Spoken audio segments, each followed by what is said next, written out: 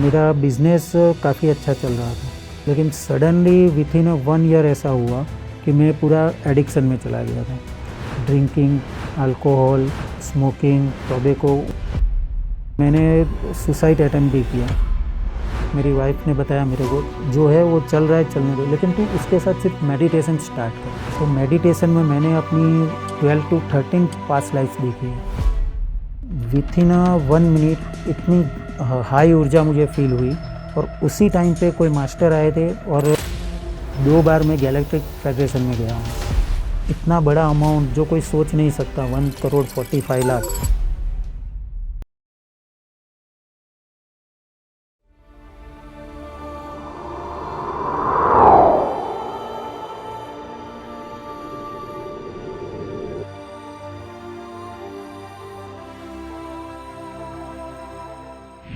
नमस्कार, आप सभी का बहुत बहुत स्वागत है पीएनसी हिंदी के इस खास कार्यक्रम में।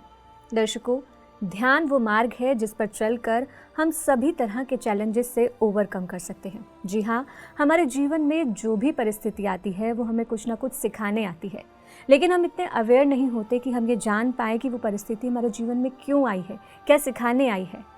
लेकिन जब हम ध्यान करते हैं तो हमारी अवेयरनेस बढ़ती है और हम ये जान पाते हैं कि इस परिस्थिति से हमें घबराना नहीं है, इससे हमें सीखना है, इसको एक्सेप्ट करना है और अपनी लाइफ में आगे बढ़ना है। ऐसी ही एक जर्नी आज हमारे साथ शेयर करेंगे गुजरात सूरत से जयदीप देसाई जी, जो कि जियो फाइबर में इंजीनियर की पोस्ट पर हैं और साथ ही वो 2021 से ध्यान कर रहे हैं। वे स्वयं भी ध्यान करते हैं, सेवा भी करते हैं और ध्यान का प्रचार प्रसार भी करते हैं। तो चलिए बिना देर किए कार्यक्रम की शुरुआत करते हैं और जानते हैं कि कैसे उनकी ध्यान की यात्रा की शुरुआत हुई। सर, बहुत बहुत स्वागत है आपका हमारे कार्यक्रम में। Thank you. सर, जैसे कि आप 2021 से मेडिटेशन कर रहे हैं, तो हम जानना चाहते हैं कि आपकी ध्यान की यात्रा की कैसे शुरुआत हुई। लेकिन सबसे पहले मैं आपसे ये जानना चाहूँगी कि आपने इस धरती पर कब जन्म लिया, आपके माँ बाप कौन थे? क्योंकि जब एक सोल इस धरती पर आती है तो एक पेरेंट्स को चूज़ करके आती है, वो घर चूज़ करती है जहाँ उसे जन्म लेना है। तो वो यात्रा आपकी कैसे शुरू हुई, तो वो आपसे मैं जानना चाहूँगी।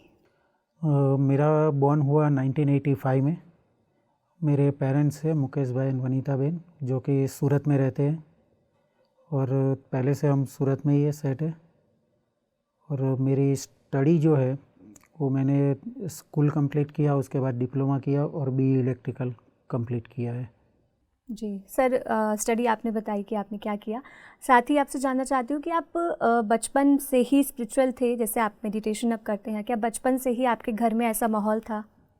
नहीं, स्पिरिचुअल मतलब मेडिटेशन और वो सब नहीं करते थे, लेकिन मेरे जो ग्रैंडफादर एंड मदर थे वो पहले से भगवान में बहुत विश्वास करते थे, और उसके चलते मेरे मम्मी पापा भी विश्वास करते थे। एंड मैं भी जो था बचपन में, जब मैंने कॉलेज कंप्लीट की तब तक मैं भी भगवान में विश्वास करता था, मतलब पूजा पाठ वो सब, मंदिर जाना वो सब मैं करता था। जी, तो सर स्टडीज़ के बाद जो एक अगला पड़ाव होता है, हर पेरेंट्स चाहते हैं कि बच्चों की शादी हो जाए और वो सेटल हो जाए, तो मैं उस बारे में जानना चाहती हूँ। सबसे पहले तो मेरा जब कॉलेज कंप्लीट हुआ उसके बाद मैं बीई इलेक्ट्रिकल में था, तो जॉब के लिए टाइम था अभी कि 3-4 महीने लगते हैं।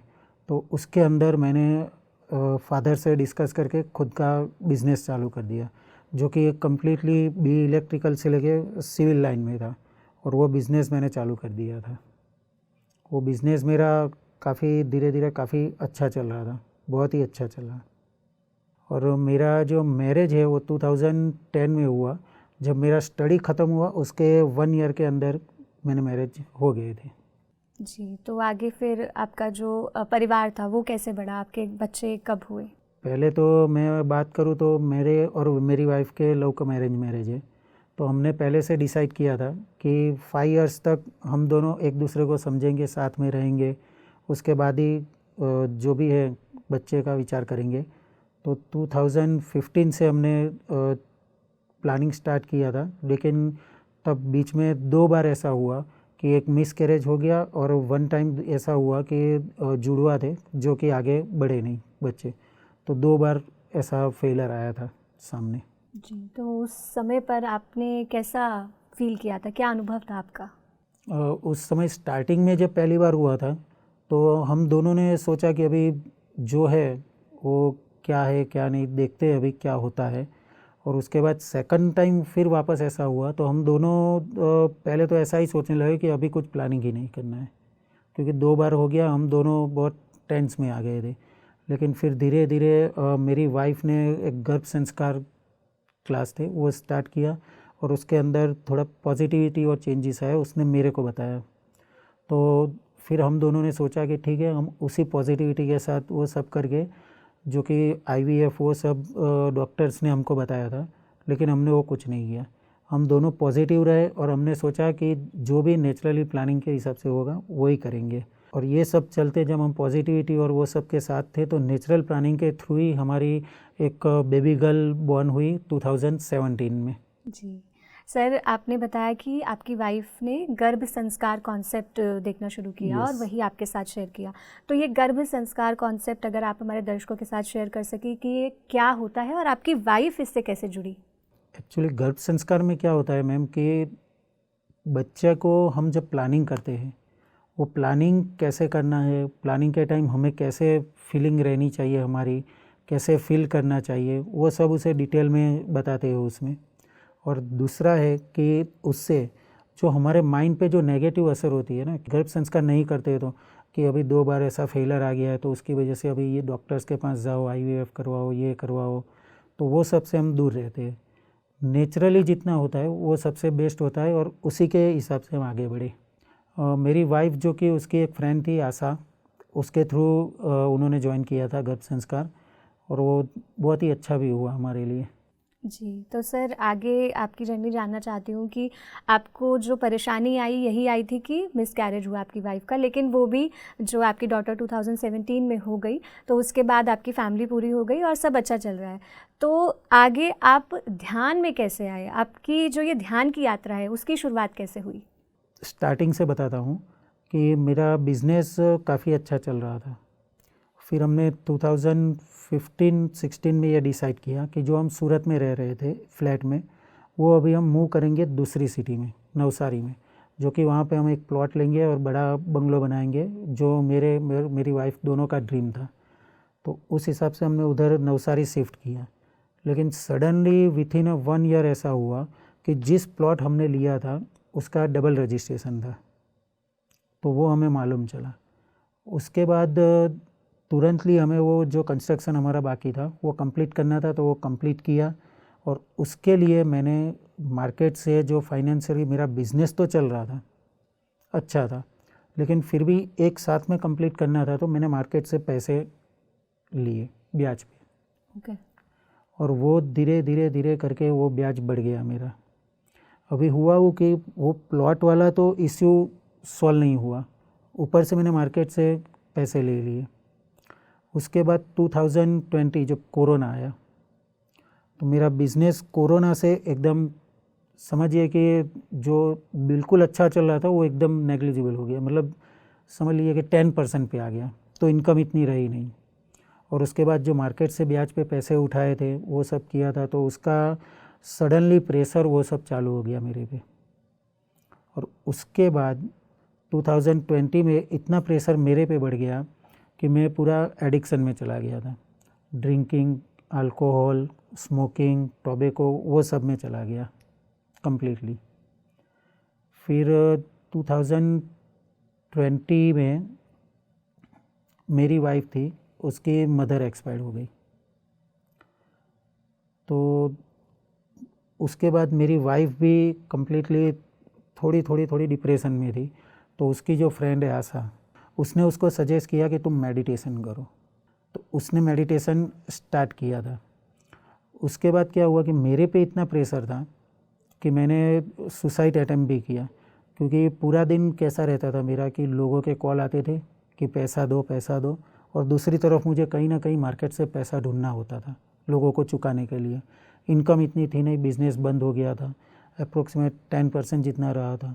तो घर में भी इश्यू स्टार्ट हो गए थे फाइनेंस की वजह से, कि वाइफ जो थी तो उसको भी अब घर चलाना है तो कैसे चलाए, लोगों को पैसे देने हैं तो कैसे दूँ। घर पे मैंने कम्प्लीटली कुछ भी नहीं बोला था।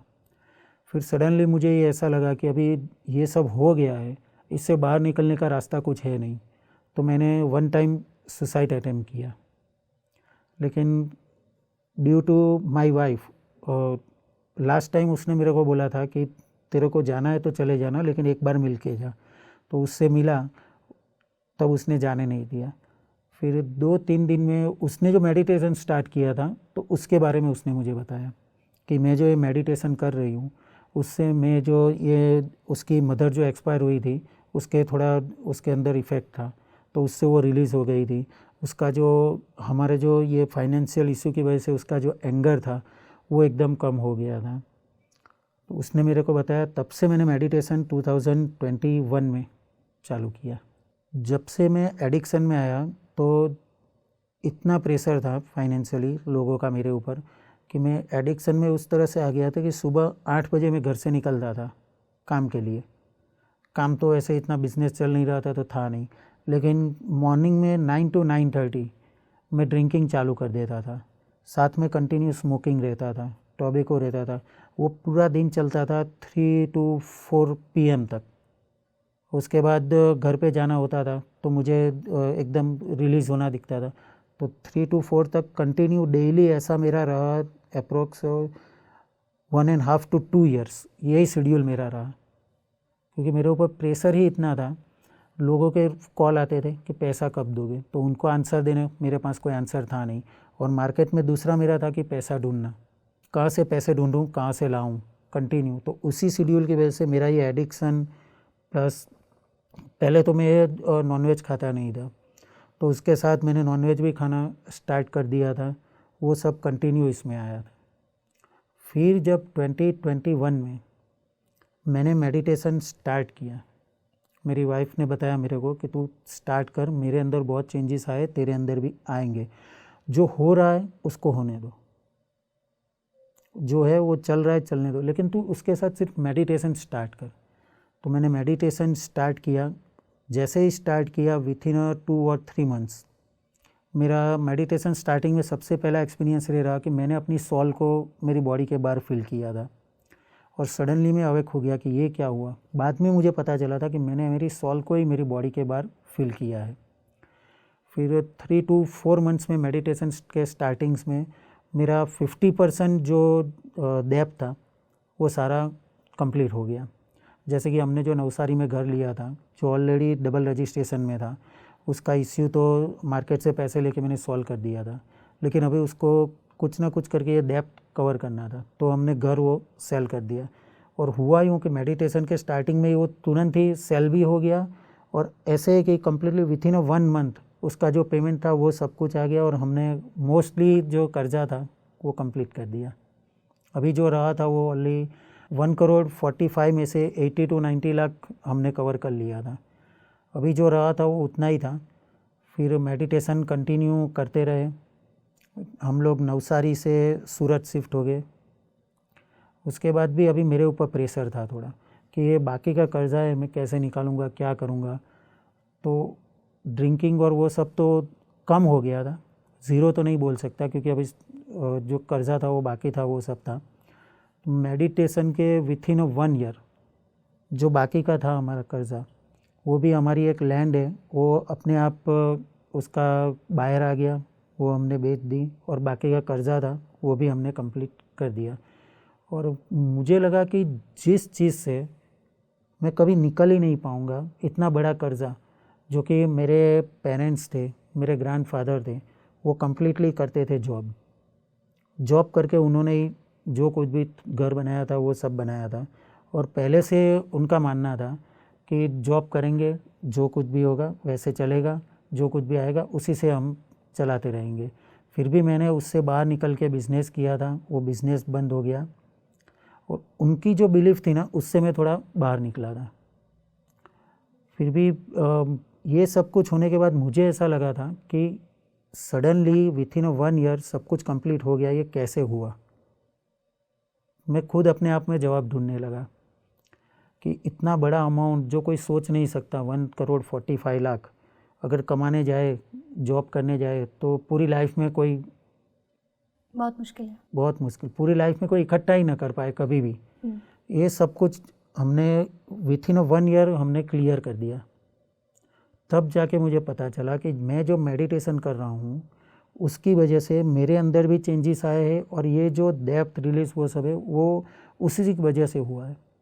क्योंकि कम्प्लीटली मेडिटेशन में मेरी वाइफ ने और बताया था कि हमको एक ही चीज़ करनी है, मेडिटेशन करो और हमको क्या चाहिए बस उसके ऊपर फोकस करो, जो हो रहा है उसको एक्सेप्ट कर लो और सरेंडर में आ जाओ, जो होगा वो अपने आप हो जाएगा। तो आपने उस यूनिवर्स पे फेथ करना शुरू कर दिया, आपने एक्सेप्टेंस का भाव आपके भीतर आ गया।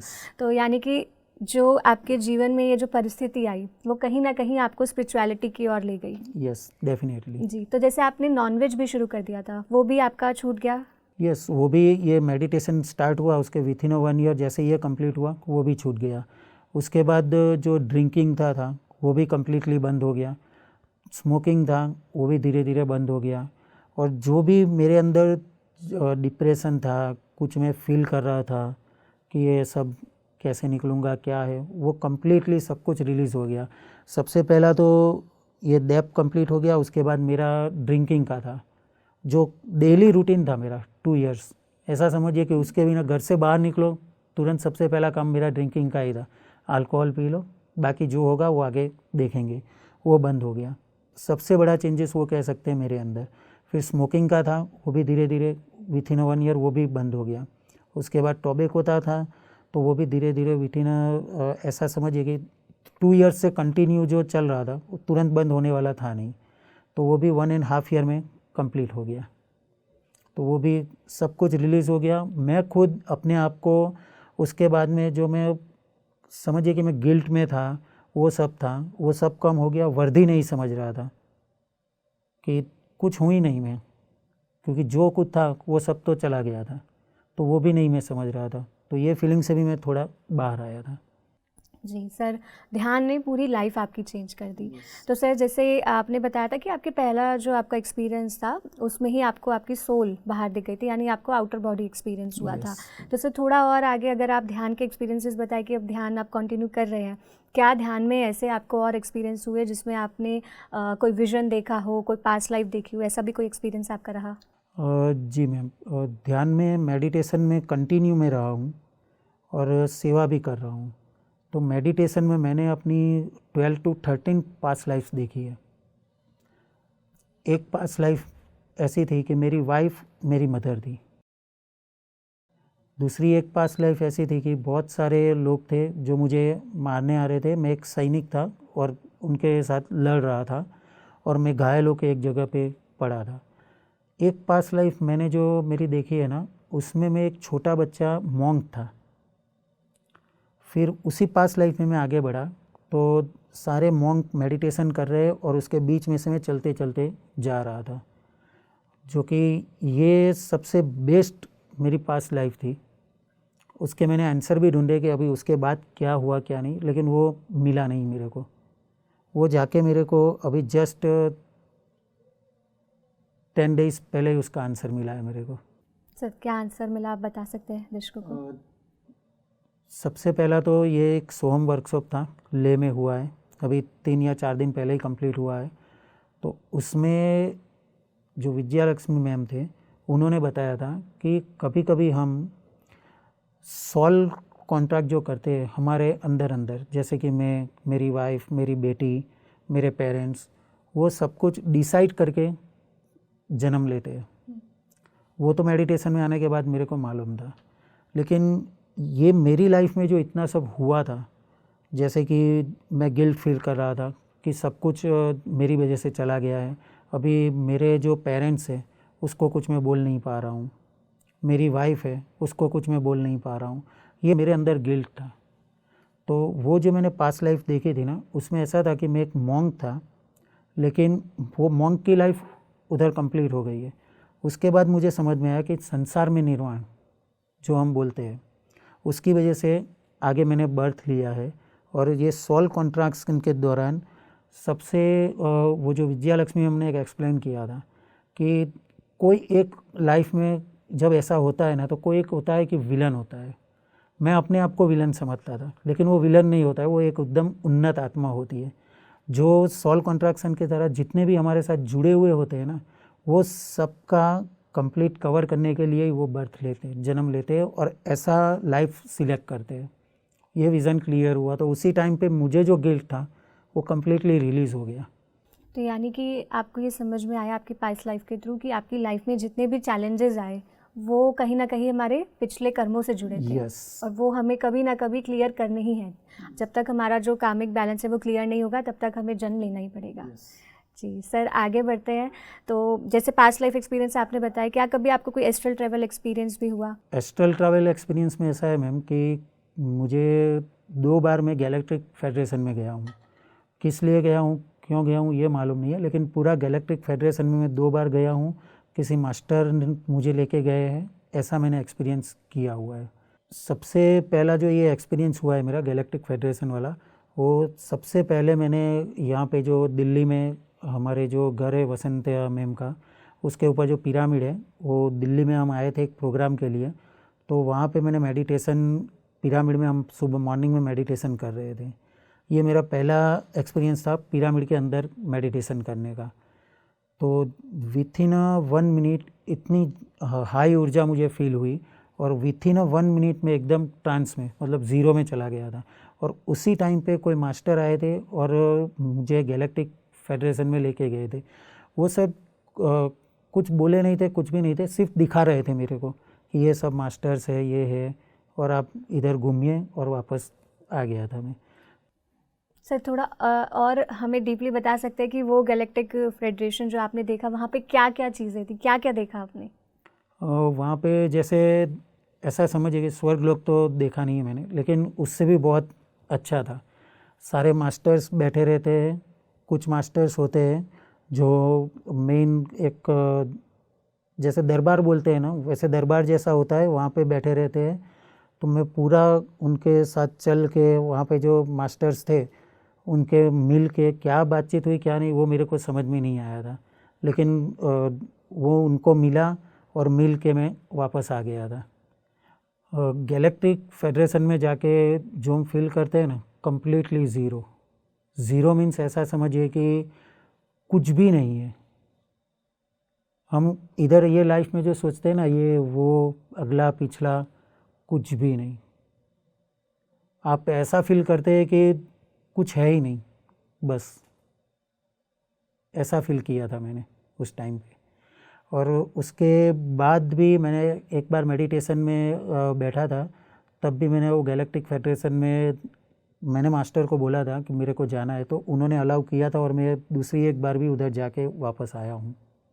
जी सर, आपने बोला कि आपको जो ये एक्सपीरियंस है वो पिरामिड के नीचे हुआ। यस। तो मतलब आपको ये डिफरेंस पता लगा कि जब हम विदाउट पिरामिड ध्यान करते हैं और विद पिरामिड ध्यान करते हैं तो फ़र्क तो है, क्योंकि पत्री सर ने जैसे साइंटिफिकली काफ़ी अच्छे से एक्सप्लेन किया है कि पिरामिड के नीचे जब हम मेडिटेशन करते हैं तो ऊर्जा 3 गुना ज़्यादा बढ़ जाती है। तो सर थोड़ा और अगर आप पिरामिड के ऊपर एक्सपीरियंस अपना शेयर करना चाहें। पिरामिड का सबसे बढ़िया बात बताऊँ तो जब से हम मेडिटेशन में आए हैं, मैं, मेरी वाइफ और मेरे पेरेंट्स ने भी मेडिटेशन स्टार्ट कर दिया है। मेरी बेटी जो है उसने भी मेडिटेशन स्टार्ट किया है।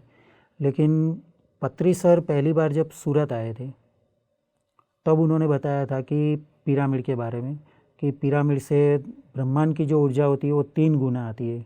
और मेडिटेशन के टाइम पे अगर जल्दी हमको डीप में जाना है या कुछ जानना है तो पिरामिड से जान सकते हैं। तो उसी टाइम से मैंने और मेरी वाइफ ने खुद, हम पिरामिड बनाते भी है, जो कि वुडन के भी है, माउंट बोर्ड के भी, वो खुद घर पे ही बनाते हैं, उसको मेडिटेशन से चार्ज भी करते हैं। और वो जो है उसका एक्सपीरियंस हम जो बना के सेल करते हैं, जो कि हमने ऐसा सोचा है कि पत्री सर ने कहा था घर घर पिरामिड, उसकी वजह से हम सबको देते हैं पिरामिड। तो हमको खुद को 2-3 लोगों के एक्सपीरियंस आए थे, जो कि ऐसा था, एक जन ने बोला था कि पिरामिड के अंदर उन्होंने मनी रखे थे। पहले कैसा होता था कि पैसे उनके 1 महीना होता नहीं था, उससे पहले ख़त्म हो जाते थे, जो कि एक हाउसवाइफ है उसका एक्सपीरियंस है ये।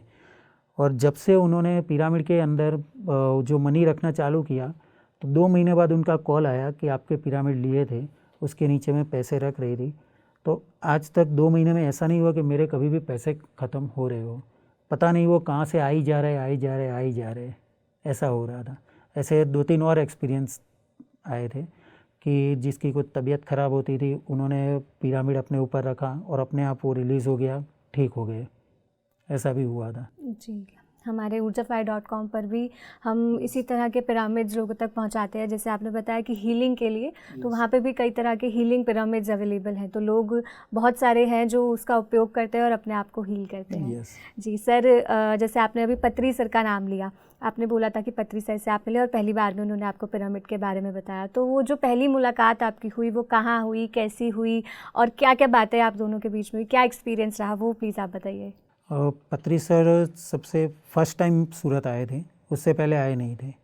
तो उसी टाइम पे हमने मेडिटेशन स्टार्ट किया था और उनसे मिलने का मौका मिला, जो कि जहाँ पे आ रहे थे वो उसका पूरा जो ऑर्गेनाइजिंग था वो सब कुछ के लिए मैं खुद अंदर इन्वॉल्व था ऑर्गेनाइजिंग के लिए। जब पत्री सर आए, गाड़ी से उतरे, उनको स्टेज पे ले गए, उन्होंने सबको जो गाइड करना था वो सब किया, मेडिटेशन करवाया। उसके बाद जब खाना खाया तो सब लोग बोल रहे थे कि खाना खा के पत्री सर है वो रेस्ट करते हैं। तो सूरत में पहली बार ऐसा हुआ, सब लोगों ने बोला कि उन्होंने रेस्ट नहीं लिया, खाना खाया और सीधा तुरंत बाहर आगे बैठ गए लोगों से मिलने के लिए। तब मैं पहली बार उनसे मिलने गया और उनको बोला कि सर मैंने जस्ट अभी मेडिटेशन स्टार्ट किया है। तो उन्होंने बोला कि कंटिन्यू रखना मेडिटेशन, सिर्फ उन्होंने इतना ही बोला था कि चालू किया है बाबा तो मेडिटेशन करते रहना। तो तब से मैं मेडिटेशन कर रहा हूँ। और सबसे मेरा बड़ा एक्सपीरियंस बताऊँ पत्री सर के साथ में, तो उस दिन रात को पत्री सर सूरत आए थे, वो रुकने वाले थे। तो उनकी सेवा के लिए मुझे और मेरा जो एक फ्रेंड है वत्सल, उन दोनों को सामने से सबने बोला कि आप दोनों को रात में उनकी सेवा के लिए रुकना है। तो हम लोग पूरी रात पत्री सर के साथ थे उनकी सेवा के लिए। और ये मैंने जो मेरे बारे में अभी बताया ना, तो आफ्टर फ्यू मंथ्स मुझे पता चला कि जो उस दिन रात को पत्री सर के साथ मैंने सेवा की उनकी, तब मेरे अंदर से इतना कुछ उन्होंने रिलीज़ किया है, अपने आप उन्होंने रिलीज़ किया है कि ये जो सडनली इतना फास्ट जो मेरा रिकवर हो गया ना, वो शायद उसी की वजह से हुआ है। जी, तो पत्री सर ने उस दिन जब वो आपसे मिले, क्या कुछ ऐसा कहा जो आपके दिल को छू गया हो, जो हमेशा आपको याद रहे? जैसा कि मैं बताऊं ना, मैं और मेरा एक दोस्त है, उन दोनों का सिमिलर था। उसका भी क्या था कि बिज़नेस था, इतना चल नहीं रहा था। वो भी उस दिन पत्री सर से मिलने के लिए मेरे साथ ही आया था। पत्री सर से जब वो भी मिला ना, तो उसने पत्री सर से ये बोला कि मुझसे मेडिटेशन नहीं हो रहा है। तो पत्री सर ने एक ही जवाब दिया था उसको कि ठीक है बाबा, नहीं हो रहा है तो अगले जन्म में देखेंगे। तब मैं सोच में पड़ गया कि इसको ऐसा बोला, और मैंने जब मिलने गया था तो मुझे बोला था कि मेडिटेशन कर रहे हो तो कंटिन्यू रखना, ऐसा बोला था। उसने तो ये सुन के मेडिटेशन करता था वो बंद भी कर दिया, क्योंकि उसको कुछ समझ में ही नहीं आया था। लेकिन मुझे जो बोला था कि मेडिटेशन कंटिन्यू रखना, वो मैंने रखा। 6 महीने के अंदर मेरे अंदर जो चेंजेस आए, मेरे फाइनेंशियली जो सब कुछ रिलीज़ हुआ, वो सब कुछ 6 महीने 8 महीने के अंदर ही हो गया। उसके बाद मुझे लगा कि वो ये जो बोला था वो मेरे को कंटिन्यू करना है, एंड मैंने किया। और उसके बाद तो पीएमसी हिंदी, पीएमसी गुजराती दोनों के जो भी वर्कशॉप होते थे ऑनलाइन ऑफलाइन, उसमें मैंने बोला था कि मैं एडमिन भी रहूँगा, सेवा भी करूँगा। तो अब तक वो चालू ही है। कोई भी ऑफलाइन प्रोग्राम जहाँ पे भी मैं जाता हूँ उसमें सेवा देता हूँ। ऑनलाइन प्रोग्राम जो रहता है उसमें भी एडमिन की सेवा देता हूँ, वो कंटिन्यू रखा है मैंने अभी। और मेडिटेशन भी करना ही है, वो भी कंटिन्यू है मेरा। जी, तो एक मास्टर को हमेशा से पता होता है कि कौन जो है एनलाइटेंड सोल है, किसको कितना मोटिवेट करना है। तो पत्री सर हमेशा ये देखते थे कि किसको कितना मोटिवेट करना है। तो उन्होंने जैसे आपको बोला कि ध्यान करा है तो कंटिन्यू करो, क्योंकि उन्हें पता था कि आप में वो पोटेंशियल है। और आपका जो, जैसे आपने पास्ट लाइफ भी शेयर करी कि जो कार्मिक बैलेंस था वो क्लियर करना था, और आगे एक मॉन्क का जैसे आपने पास्ट लाइफ शेयर करी थी कि आप पहले भी मॉन्क थे, तो ध्यान तो आपका कई जन्मों से चल ही रहा था, तो ध्यान तो आपको करना ही था। जी, तो सर जैसे आपने बताया कि सेवा भी आप कर रहे थे, तो हमारे पीएसएसएम के जैसे 4 मेन प्रिंसिपल्स हैं, ध्यान, शाकाहार, सजन सांगत्य और स्वाध्याय। आपने ध्यान, शाकाहार और सजन सांगत्य पर तो बात की, आपने बताया। आगे मैं स्वाध्याय पे आपसे जानना चाहूँगी कि क्या आप बुक्स रीड करते हैं और कौन-कौन सी बुक्स ऐसी हैं जिन्होंने आपकी लाइफ पर इम्पैक्ट डाला, आपकी लाइफ को बदलने में आपकी मदद की? बुक रीडिंग का कैसा है मैम कि मैंने जैसे कॉलेज कंप्लीट किया और बिज़नेस स्टार्ट किया, उसके बाद मैंने एक भी बुक नहीं पढ़ी थी। लेकिन मेडिटेशन में आने के बाद एक प्रोग्राम में एक बुक रिफ़र हुई थी, मैनी मास्टर्स मैनी लाइव्स। वो बुक ऐसा था कि आप समझिए कि 10-12 साल के बाद मैं बुक पढ़ना चालू किया था, और वो बुक जैसे ही मैंने पढ़ना स्टार्ट किया, विथिन 4 डेज़ मैंने वो बुक पूरी पढ़ ली। और वो बुक पढ़ी ना, तो मेरे अंदर जो क्वेश्चंस थे ना, उसके बहुत सारे आंसर्स उसमें मिल गए मेरे को। और उसके बाद मैंने कंटिन्यू बुक रीडिंग रखा है, जो कि मैंने सेठ विस्डम करके बुक है वो भी पढ़ी है, मैजिक बुक पढ़ी हुई है, फिर दूसरा है एक कली हनुवाणी जो कि अभी मैं पढ़ रहा हूँ। ये सब बुक्स मैंने पढ़ी हुई है। उससे मेरे अंदर इतना समझिए कि जो मेरे क्वेश्चंस थे ना, उसके काफ़ी सारे आंसर्स मेरे को उसमें मिल गए। और सबसे ज़्यादा मेडिटेशन के लिए मुझे इंस्पायर किया है तो ये many lives many masters book ने, क्योंकि मैंने जो अपने अंदर का सॉल को बाहर फील किया था, उसके रिलेटेड उसमें बहुत सारे टॉक थे। तो उससे मुझे पता चला कि ये मेडिटेशन में जो कर रहा हूँ वो बहुत अच्छा है, और उससे जो रिलीज़ हुआ है वो ऐसे बताऊँ ना कि जो नामुमकिन था। एक सुसाइड करने गया था मैं, क्योंकि मुझे तो पता था कि कुछ होने वाला है नहीं अभी और आगे कोई रास्ता ही नहीं है। फिर भी विथिन 3 to 4 ईयर्स सब कुछ रिलीज़ हो गया कम्प्लीटली। और अभी इतना अच्छा है कि मेरी 8 साल की बेटी है, वो भी डेली मेडिटेशन करती है कंप्लीट। जी, तो बच्चों का ध्यान करना क्यों ज़रूरी है? आपकी बेटी ध्यान करती है, तो आपको क्या लगता है कि बच्चों को बचपन में ही ध्यान क्यों हमें सिखा देना चाहिए? वैसे तो मेरी वाइफ ने गर्भ संस्कार किया हुआ था, तो बच्चों को कैसे हैंडल करना है, पेरेंटिंग रिलेटेड जो कुछ भी था वो हम दोनों को मालूम था। जब उसका हम लोगों ने ध्यान चालू किया और वो समझने लगी, 5 इयर्स की हो गई, तो उसको भी हमने ध्यान के बारे में बताया कि तू ध्यान कर, तेरी जो विशेष है वो मेडिटेशन में बोल, तेरे को मिल जाएगी। और सच में ऐसा था कि उसकी जो छोटी छोटी विशेष थी, ध्यान करती थी वो, तो उसकी कंप्लीटली, हम लोग नहीं सोचते थे कि ये विश इसकी कंप्लीट होगी कि नहीं, अपने आप विशेष उसकी कंप्लीट हो जाने लगी। फिर स्टडी की बात करूं तो अभी वो 3rd स्टैंडर्ड में है। आज तक उसको जो कुछ भी पढ़ाया जाता है, जो कुछ भी पढ़ के आती है, वो उसको याद ही रहता है। घर आके होमवर्क करती है, बाकी सब याद रहता है। हम भी सोच में पड़ जाते। उसी की क्लास के दूसरे बच्चे जो है, जो कि आजकल बहुत चल रहा है, ट्यूशन्स जाते हैं, वो सब है। आज तक हमने उसको ट्यूशन्स भी नहीं कराया, पढ़ाई में भी कभी फोर्स नहीं किया। सिर्फ एग्ज़ाम्स आती है, 1-2 दिन आगे रिवीजन करना होता है, वही है। और उसके बाद उसके परसेंटेज आप देखो तो 90, 92, 95 ऐसे परसेंटेज कंटिन्यू है। और मेडिटेशन में मेरी बेटी का एक अच्छा है कि वो हम दोनों के साथ मेडिटेशन में बैठती है, और पूरा कम्प्लीटली 40 डेज़ मेडिटेशन जो चार्ट होता है अपना, वो कपबोर्ड पे मार्किंग करती है कि इतने दिन हुए, इतने दिन हुए, इतने दिन हुए, कंटिन्यू। जी। तो बहुत सारे चेंजेस मेडिटेशन से हमने देखे। दूसरे बच्चे जो होते हैं, जो कंटिन्यू मोबाइल पे रहते हैं, फिर आप बोलते हैं ना कि जिद करते हैं किसी भी चीज़ के लिए, या फिर कहीं पे भी उसको घूमने ले जाओ तो उसकी वजह से वो बच्चे चिड़चिड़े होते हैं। वैसा आज तक हमने कभी भी उसमें ऐसा बिल्कुल नहीं देखा है। हम कोई भी हो, एक बार बोलेंगे तो वैसा करती है। जी, आपने जैसे बोला ना कि जो भी विश वो मांगती है वो विश पूरी हो जाती है, तो बच्चों को जो चाहिए वो बस बोलते हैं कि हमें ये चाहिए। उनके दिमाग में ये नहीं होता कि मिलेगी कि नहीं मिलेगी। लेकिन जब हम बड़े हो जाते हैं तो कहीं ना कहीं जैसे हमें कुछ चाहिए होता है, तो बहुत सारी हमारे मन में बातें चल रही होती है कि हमें ये चाहिए तो सही, हम विश तो मांग लेते हैं। जैसे आजकल के समय पर मैनिफेस्टेशन नाम दिया गया है, तो हम ये बोलते हैं कि हाँ हम मैनिफेस्ट कर रहे हैं, हमें ये चीज़ चाहिए, लेकिन कहीं ना कहीं हमारे माइंड में ये भी बिलीफ रहता है कि पैसे तो है नहीं, तो मिल तो सकता नहीं, या कोई भी कारण है जिसकी वजह से हमें वो चीज़ नहीं मिल सकती है। तो आपकी लाइफ में मैनिफेस्टेशन का कुछ रोल है, तो आप वो भी बताइए हमें। मेडिटेशन ने बहुत कुछ दिया है। और ये मैनिफेस्टेशन की जो बात करो ना मैम, 2023 में मैंने जॉब स्टार्ट किया, जो कि मेरी बिजनेस लाइन से अलग था, और मैंने स्टडी कंप्लीट की थी 2010 में। उसके बाद 2023 मतलब 13 साल का गैप था, तो तुरंत जॉब मिलना मुश्किल था।